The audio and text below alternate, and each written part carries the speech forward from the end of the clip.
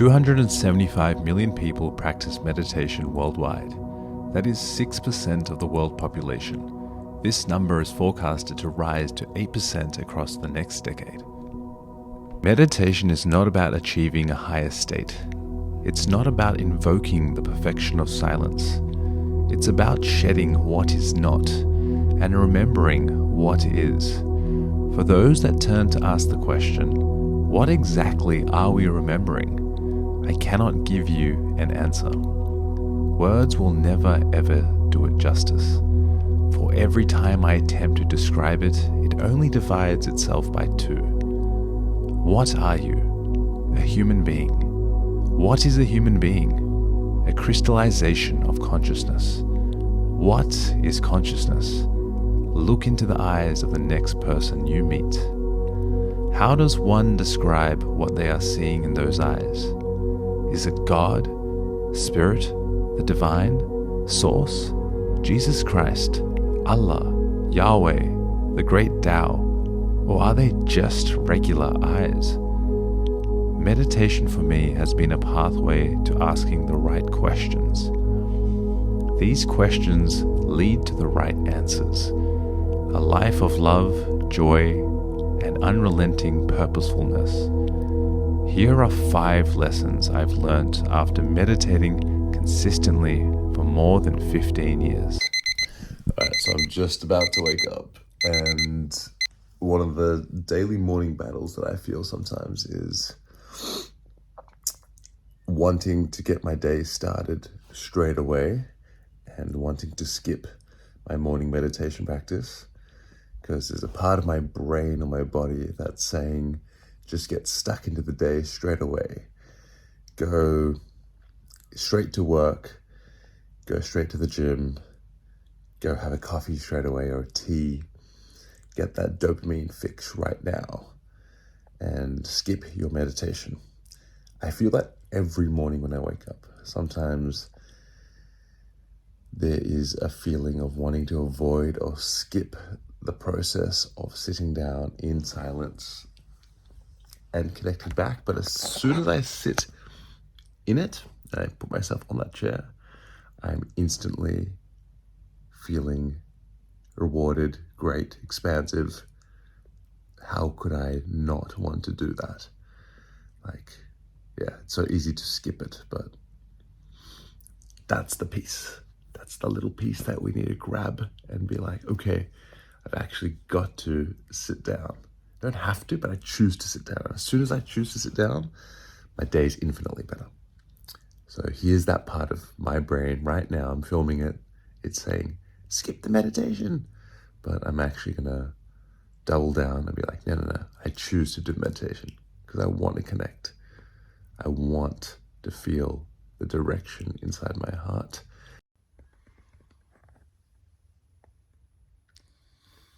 So I'm just here in Melbourne. I just finished my morning meditation and I'm going for my morning walk. This is pretty ritualistic for me. So I will wake up, I will spend 10 to 15 minutes meditating in a being meditation, just really focusing on my body and my breath and allowing myself to drop into the next layers of me and deepening layers. So going from the more gross body to more of the subtle body, and feeling in a lot of presence, a lot of joy,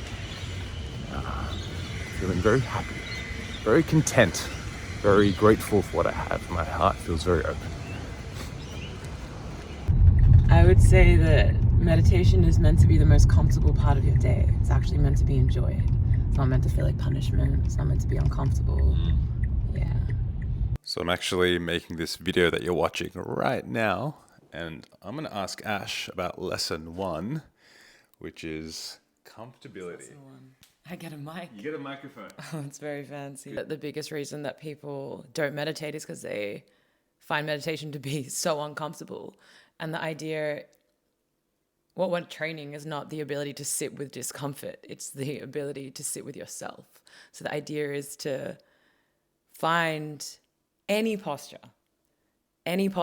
that is comfortable enough for you to actually let your mind reach a state of meditation, rather than if we're in pain, all we can do is we can't penetrate any deeper than the physical layer of the body that's just in pain. My mind goes to ow my knee or ow my hip rather than like into deeper states of consciousness. My meditation changed forever and ever and ever when I gave myself permission to sit against a wall, to lean back. But what's really important is that the back of the head is free, not also leaning back or you just go to sleep. I remember the first time I ever meditated. I was like, how do people do this? This is so boring. Sitting there in one place, wanting to fidget, wanting to think about what I was going to do next, what I was going to eat, what my friends were doing, the video game that I was playing, the quests that I was on, the next dopamine hit, the next social interaction. And then, from just somehow falling into the consistency of it, through many people telling me of the benefits of being around people that meditated quite a bit in my household and around me, I started to feel the vastness. So another reason I think people sometimes don't meditate is because of noise and sound. It feels like meditation has to be this perfect, calm, blissful, Buddha-like thing. But really, I mean, noise, there's always going to be noise, and we can't make the world wrong for existing and moving and people wrong for just living their life because we have decided to meditate. And I think that was a big thing, realizing that noise is always going to be there in some capacity. So letting noise be kind of like the music of life and the backdrop of your meditation, I think is really beautiful and very helpful, especially when sometimes it's not possible to find perfect silence outside of you. I started meditation probably for egoic reasons. I remember being 17, 18 and being introduced to the concept and thinking that it could give me an edge on life, edge on the things I wanted to bring into my life. And when I reflect, it was actually quite an egoic place, which is healthy as well. But now it really just comes from a place of wanting to feel better, like just genuinely wanting to feel better in my body. And it does that now. Can I respond versus just reacting? Meditation has really taught me this skill. When something rises in me, say an emotion, say anger and frustration, can I respond instead of unconsciously reacting? And I feel that the place that meditation takes me allows me to create space within my psyche, within a feeling. So if I feel the emotion of anger and frustration rising up, there's a little bit of space there that allows me to respond rather than just falling into the unconscious reactivity of just blurting out a response that is a reaction that is not going to be conducive to what I actually want. So it gives me that little bit of space, and that space is precious, it's gold, it's the thing that allows you to choose rather than falling into an unconscious position of just allowing the wave of the emotion to carry you and take you. And you may make choices that you did not want to make or that weren't fully true. You were just a victim of the unconscious activity that you played out because you didn't have the ability or the tools that create the space that allow you to respond how you decide, how you choose. And that's a really powerful piece that meditation has allowed me to integrate within myself. I'd love to hear how you think meditation could change the world. I feel as if more people were to meditate, the decisions they would be making, the choices they would be making would be coming from a very different place. It would be coming from a place which is more in line with unity with other human beings, with the natural world, more attuned to the heart and less attuned to the great crunching corporate driving machine which runs so much of what the world is kind of based upon. And if we came just a little bit closer to making choices from the heart, I really feel the world would change in such a beautiful way. I believe meditation is a pathway towards that. And there are other pathways too, but it's an accessible pathway that everyone can drop into, sit into, stand into, lay into, kneel into. So yeah, hopefully that kind of answers your question. Good answer. And like, it's funny how they call meditation this practice of mindfulness, but like really so much of what you spoke of was about the heart. How do you feel when you speak to meditation and mindfulness and heartfulness? Yeah. What's the practice? Well, it's interesting. If you think about where your mind is, right, and you think about where your heart is, I would say the very center of the mind resides the heart. You know, if we were to play with terminologies a little bit, I don't believe the mind is in the head. Yeah.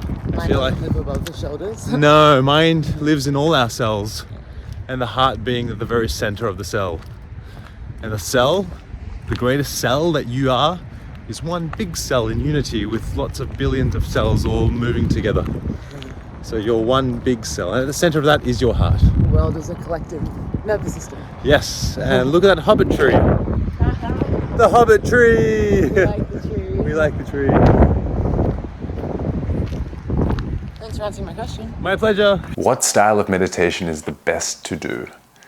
I have tried so many different styles and techniques and been in so many different postures, and I think the simplest forms for me have been the easiest or the best, or have given me the greatest yield, because I can find them and visit them, and they're the most accessible to me on a most consistent basis. So something that is really easy for me to drop into.